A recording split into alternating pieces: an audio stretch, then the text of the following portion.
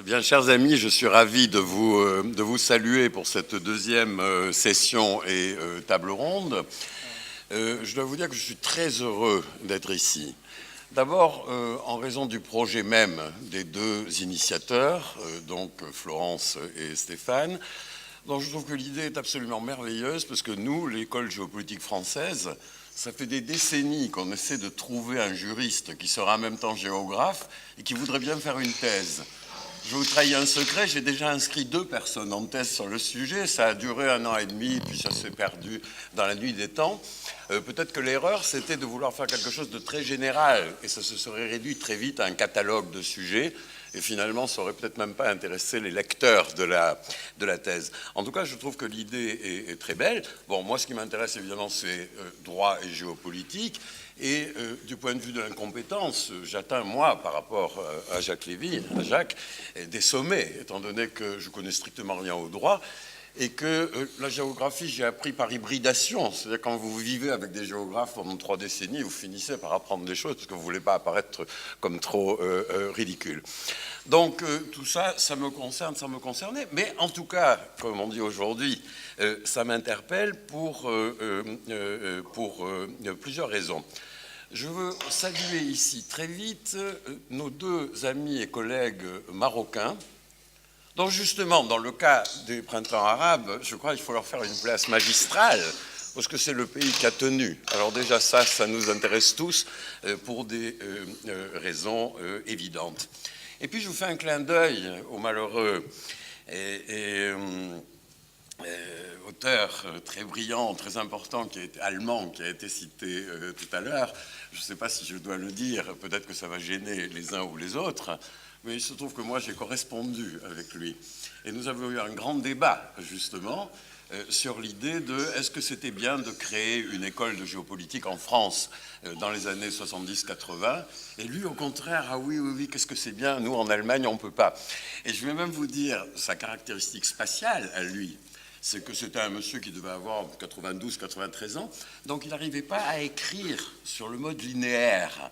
Alors ça donnait une espèce d'écriture tamazique, si le terme ne vous effraie pas trop. Ça allait de gauche à droite, ça allait en bas, etc. C'était vraiment très amusant. Et je dois dire que Carl Schmitt m'a fait plaisir. J'avais les mêmes réticences que vous. Mais en même temps, c'était quand même Carl Schmitt, donc c'était pas désagréable. Alors, je reviens sur le fond. Nos 2 amis m'ont demandé d'intervenir. Je n'interviens pas, hein, je dis des choses un peu comme ça. Vous savez, nous, on est entre le journalisme et l'université. Donc on est censé rendre compte, vous voyez ce numéro sur Daesh que nous avons sorti, nous on est censé rendre compte de la situation de demain matin en ancrant par boucle dans un passé historique pas trop longtemps et en remontant. Vous voyez, c'est un peu comme ça qu'on fonctionne. Donc on est entre les deux et nous sommes au fond l'anti-science puisque nous bricolons en permanence. Et c'est justement à ce titre que très précisément, d'un point de vue épistémologique, si le terme ne vous effraie pas trop, je me trouve ramené à des considérations que j'ai depuis, disons, la fin des années 80. Par exemple, dans les années 20-30, c'est en Allemagne, justement, que naît ce qu'on appelle Rechtswissenschaft, c'est-à-dire la géojurisprudence. C'est en Allemagne qu'ils commencent à travailler là-dessus. Et il y a un auteur qui s'appelle Manfred Langhans Ratzeburg, c'est lui qui écrit plein de livres, plein d'articles là-dessus, etc. Seulement, là où je m'inscris un peu en faux contre un certain nombre de communications de cet après-midi, c'est que moi, si vous voulez, je vous le dis tout net, je ne me revendique pas comme scientifique, je ne crois même pas à la science dans nos domaines. Je crois que ça n'existe même pas. Je pense par contre que ce que les gens produisent en se revendiquant comme scientifiques, souvent ça a affaire à la situation politique et géopolitique dans laquelle ils se trouvent. Alors par exemple, Manfred Langhans, lui, il passe son temps, pendant 10 ans, à décrire les institutions internationales. Pourquoi il décrit la SDN, tout ça? D'ailleurs, il s'y intéresse de façon très intéressante, justement pas comme les juristes. Parce qu'il dit, il y a tel et tel pays, ils font telle et telle commission, tout ça c'est contre nous. Souvent c'est vrai, souvent c'est exagéré. Mais en même temps, ça vous montre, c'est un homme de l'Allemagne de l'entre-deux-guerres. Donc lui, il considère qu'il a été brimé. Hein, c'est l'Allemagne de gens qui ont vécu avec des manuels de géographie où, à partir de 1922, on mettait la carte de l'Allemagne avant et la carte de l'Allemagne après. Alors vous imaginez pour des enfants qui ont entre 13 et 15 ans l'effet que ça doit faire quand pendant des années vous apprenez l'Allemagne dans des manuels bifrance. J'étais très fort avant à cause de ces gens-là et de leurs institutions. Voilà ce que je suis devenu. Alors déjà, ça me semble très très intéressant. C'est que ce n'est pas la première fois dans l'histoire moderne et contemporaine qu'on s'intéresse à ça. Il y a déjà eu un effort. Cet effort était surdéterminé par la place de l'Allemagne dans la situation où elle se trouvait. Et ils ont commencé par s'intéresser à tout ça. Et c'était, de leur point de vue, évidemment fondamental. Le deuxième point, c'est que quand nous faisons de la géopolitique, nous, alors que ce soit ici où Yves Lacoste a fondé l'école, en Italie où c'est moi qui l'ai fondée, ou à Chypre où je l'ai également fondée, nous travaillons un peu dans des bricolages, mais nous rencontrons maintenant en permanence le droit. Alors ça, c'est une chose que je note, moi, qui n'est pas si ancienne que ça. Je dirais que c'est avec la mondialisation que ça arrive. On rencontre de plus en plus des arguments juridiques au milieu de notre travail. D'ailleurs, il faudrait essayer de fonder ça, de réfléchir à quelle place heuristique ça remplit, puisqu'on ne rencontre pas ça par hasard. Je veux un exemple. L'exemple le plus fréquent, c'est sur la mer. Quelqu'un parlait tout à l'heure du droit de la mer.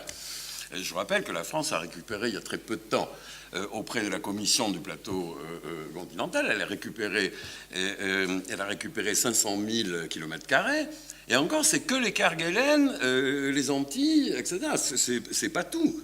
C'est qu'une fois qu'on aura mis la Gascogne et qu'on aura mis Saint-Pierre-et-Miquelon, on pourrait atterrir à 1 million de plus. Alors ça, c'est un cas très spécifique de rencontre entre géopolitique et droit, dans la mesure où, quand vous voulez faire ça, vous voulez récupérer, par exemple à l'île Maurice, que je connais très bien, ils ont fait ça aussi. Ils ont récupéré un territoire maritime énorme, les Mauriciens. Vous devez prouver que le relief de votre territoire s'avance à l'intérieur de l'océan. C'est le plateau continental. Il vous faut fonder votre plateau continental. Ça exige de faire devant des juristes internationaux de produire une argumentation extrêmement structurée et qui vise à obtenir l'effet escompté. Les Russes ont gagné beaucoup, les Norvégiens ont gagné, nous, on vient de gagner. D'ailleurs, on avait déjà gagné depuis 2 ans, c'est maintenant que ça a été acté. Donc, si vous voulez, c'est tout un travail où géopolitique, argumentation géographique et fondation juridique s'entrecroisent. Et ça, vous le rencontrez de plus en plus, et c'est très, très, très fréquent dans les affaires maritimes.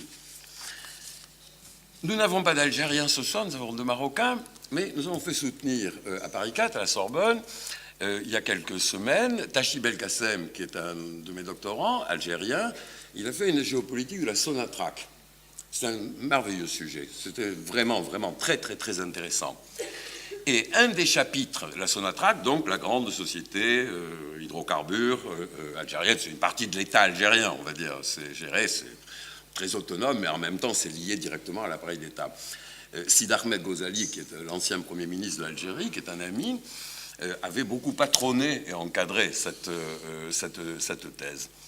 Et un des arguments, et là on revient sur droit et géopolitique, un des arguments de Tachi Belkacem, c'est que, d'abord, l'État marocain, à partir du moment où vous avez eu des amenas, vous savez, en 2013, l'attaque sur les gisements, maintenant ça se multiplie, l'État marocain et la Sonatrach sont de plus en plus confrontés à des grandes sociétés, en particulier américaines ou européennes, qui disent « Attendez, vous avez mal fait votre travail de prévention des risques.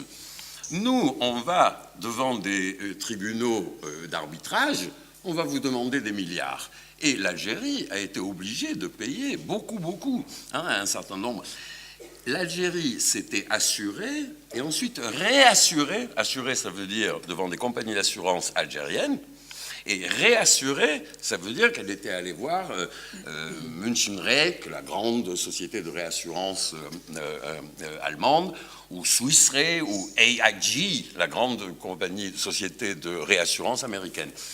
Donc ça veut dire qu'à la limite, vous n'arrivez pas à prévenir le terrorisme. Les très grandes entreprises arrivent et disent « Ah, nous, on a un noyau dans notre entreprise, c'est des gens, ils travaillent, c'est leur boulot. C'est des juristes, ils font que ça, ils s'intéressent qu'à ça. Mais alors, ils sont vraiment forts pour ça. Et ils vont vous provoquer devant le tribunal d'arbitrage. Ça va extrêmement loin dans la mesure où ils ne s'en tiennent pas là, ces entreprises. Elles disent aussi, vous nous avez dit que dans le bassin de Berkine, il y avait tant et tant de millions de mètres carrés de gaz, vous avez mal fait, ou alors vous avez triché, vous avez arrangé vos propositions, vos cartes sont truquées, nous on vous attaque, c'est-à-dire vous nous avez raconté absolument n'importe quoi. Donc voilà un deuxième point qui me semble très important, où également droit et géopolitique se retrouvent. Un troisième et dernier point, ce après quoi je vais présenter mes amis et collègues, un troisième et dernier point qui est plus douloureux, c'est le point de l'affaire du Soudan au milieu des années 2000. Je ne sais pas si certains se souviennent ici que ça n'est pas bien. On parlait à l'intérieur des organisations Safe Darfour, sauver le Darfour, ici comme aux États-Unis beaucoup plus qu'ici, on parlait de génocide. Alors, il se trouve que j'ai eu la chance, j'étais à Harvard à ce moment-là, je passe à la bibliothèque à côté de Harvard, je trouve un livre magnifique que j'ai immédiatement acheté et lu dans l'avion. Toutes ces organisations avaient fédéré un très grand nombre d'avocats. Il fallait prouver à Colin Powell, qui était à l'époque le secrétaire d'État, qu'il s'agissait d'un génocide. Le livre, je vous le recommande, je peux donner ça par Internet à qui le voudra, c'est extrêmement intéressant, parce que vous voyez qu'ils ont mis des juristes, des psychologues, une armée de médecins, en fait, tous ces gens-là étaient mobilisés, parce qu'il fallait que Colin Powell, qui est un être, vous vous en souvenez, un peu faible, puisque c'est à lui qu'on avait demandé de prouver les engins de destruction massive, etc., puis bon, il n'y croyait pas trop, il avait fini par accepter. Ils l'ont si bien circonvenu qu'on est arrivé à la notion de génocide. On a fini par dire, Omar el-Béchir, c'est un génocidaire. Ce qui méritait d'être pris plus ou moins en considération, dans la mesure où des Darfouris autour de Khartoum, ils ne s'appellent pas comme ça, ils s'appellent Zaghawa, mais vous en avez partout, c'est eux, les marchands, qui sont à Khartoum. Donc s'il avait voulu génocider, c'est-à-dire tuer tous les Darfouris, il aurait peut-être commencé par ceux qui étaient... Alors, je ne dis pas que ce soit un ange, je pense que c'est un très grand criminel. Mais ce qui est intéressant, c'est que là, à nouveau, vous avez tout un débat où géopolitique et droit s'entrelacent et que ça nous pose un problème massif. Alors, pour moi, pour le moment, c'est encore une hypothèse. J'aimerais beaucoup, c'est pour ça que je salue vraiment cette initiative, j'aimerais beaucoup travailler avec des juristes, déjà pour faire une espèce de catalogue des questions qui se posent. Comme ça, on rencontre sans arrêt du droit. Déjà, pourquoi ? Deuxièmement, il faut peut-être faire la liste de ce que nous rencontrons. Et peut-être qu'il conviendrait de commencer à prendre ça vraiment au sérieux. Il y a une commission, ça serait bien de savoir de qui est formée cette commission. Quels sont les États qui délèguent dans cette commission des gens? Est-ce qu'il y a des intérêts divergents ou convergents à l'intérieur de la commission? C'est tout un travail. Pour ça, nous, en géopolitique, nous avons véritablement besoin des juristes. Je pense même, ce n'est pas du tout pour effrayer les deux jeunes collègues initiateurs de cette très jolie entreprise, je pense même qu'il faudrait peut-être considérer que ça pourrait devenir une branche autonome, qui serait... Alors, c'est pour liquider le problème que Jacques posait tout à l'heure, de comment on fait quand on veut mélanger. Peut-être on pourrait dire, ce qui simplifierait la vie de tout le monde, ça devient une branche où des juristes s'intéressent à l'espace et des gens qui s'intéressent à l'espace demandent des conseils parce qu'ils ne savent pas faire sans le droit. Je m'en tiens là, c'était uniquement une ouverture de 3 pistes. Et je vous dis quel est l'immense plaisir que j'ai à être entouré, alors virtuellement, de Fabrice Balanche, qui est dans notre numéro, qui fait un très très bel article où il nous prévoit, lui, 30 ans de guerre, ça ne va plus jamais s'arrêter, en réalité. Lev Forster, que je connais depuis des circonstances assez bizarres que je ne veux pas mentionner, mais qui remontent à quelques années. On s'est promené en Guinée. Nous faisions partie d'une commission, comment on va dire, d'enquête, hein, c'était ça. D'enquête. Une commission d'enquête. Appelez ça comme ça. Voilà. Jean Marcoux, qui lui aussi, dans ce livre, qui a fait l'article majeur, il y a 2 articles sur la Turquie. L'un, c'est lui en tant que Français. L'autre, c'est Günter Seuffert, c'est l'ancien directeur du Goethe-Institut à Istanbul. Donc ils sont l'un à côté de l'autre dans ce livre. Vous voulez savoir ce que fait la Turquie dans la région, c'est à lui qu'il faut demander, c'est lui qui sait. Voilà. Et puis, j'ai découvert, et j'en suis très heureux, un jeune collègue qui s'appelle Belich Nabli, qui est maître de conférence en droit public à l'université Paris-Est Créteil, et dont je découvre avec grand intérêt les travaux. Alors, nous allons procéder, si vous en êtes d'accord, en 3 rafales. Parce que moi, je suis un peu allemand, alors vous m'excusez, je ne peux pas me refaire. Alors, je vais proposer que chacun de nos amis parle maintenant, chacun pris séparément, voilà, l'un après l'autre, et puis on va mettre Fabrice au milieu, peut-être. Voilà, dizaine de minutes. Ce après quoi, ils auront le droit de se critiquer les uns les autres sans se couper la parole, parce que sinon, nous ne nous entendrons plus. Et comme je sais que le sujet est assez brûlant, on va essayer de rester dans les limites du supportable. Voilà. Et puis à la fin, on demandera à la salle si des questions doivent être posées. Et je vous demande vraiment de faire une petite place particulière pour nos 2 collègues marocains, dont je ne savais pas qu'ils étaient là. Et si j'avais su qu'ils étaient présents, évidemment, il y avait tout de suite une place pour l'un ou pour l'autre, ou pour les deux, à cette tribune. Eh bien, Lève, si tu le permets.